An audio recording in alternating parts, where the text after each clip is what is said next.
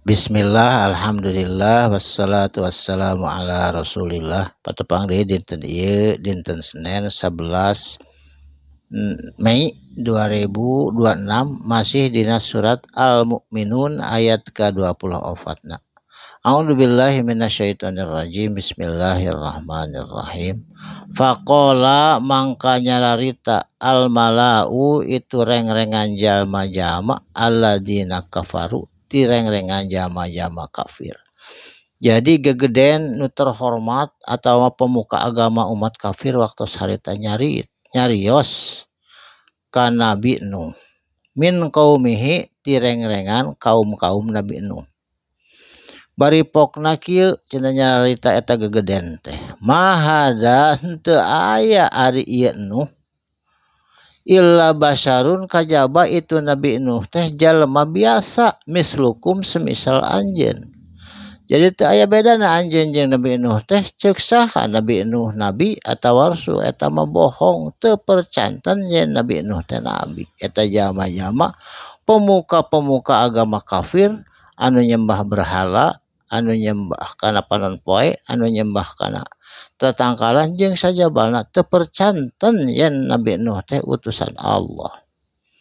Saterasna yuridu eta mah Nabi Nuh teh mikahayang atawa ngamaksud ayyatafaddala kana yen leuwih utama, leuwih unggul, leuwih kasohor alaikum tibatan anjeun.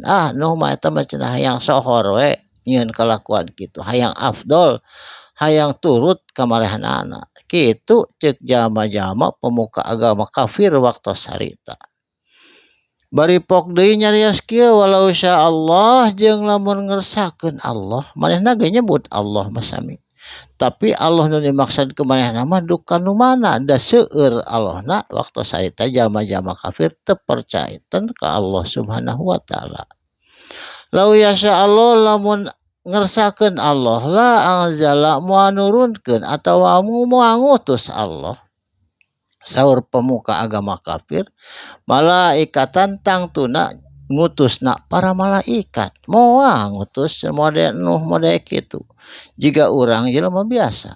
Saterasna masamina henteu nguping abdi sadayana teu ngadenge abdi sadayana bihadza ti ucapan bihadza tina ieu ucapan Nuh nyaeta la ilaha illallah teu aya ucapan eta teh baheula ge Allah mah seueur henteu hiji nah make jadi ieu cenah ucapan teh bingung umat-umat kafir waktu harita fi abaina dina ucapan bapa moyang urang baheula al awalina nu baheula teu aya ucapan model la ilaha illallah da sadayana oge menyembahna anjeunna mah kalata uja manat uba dewa matahari dewa angin dewa gunung dewa tatangkalan pamusyrikan. Jadi teu percanten kana ucapan Nabi Nuh la ilaha illallah.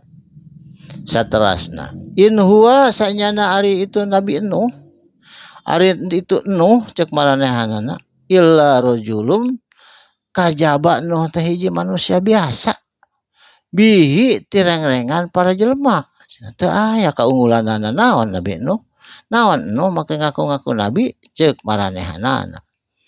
Bari pokna ucapanna teh jinnatun manehna teh eta teh majnun gila cenah Nuh teh ngaku-ngaku nabi gila eta mah bohong bari gelo cenah kitu. Patarabbasu mangka sok urang tungguan ku urang sadayana bihi kana eta perkara Nuh hattahin tepi ka waktu nu ditangtukeun. Mun teu maot cenah Nuh teh atawa cager tina gelona keun urang tarungguan ge kege bakal cager ieu tina gelona atawa paeh cenah kitu ceuk jalma-jalma kafir dina waktu harita menyangkal kana kebenaran Nabi Nuh. Saterasna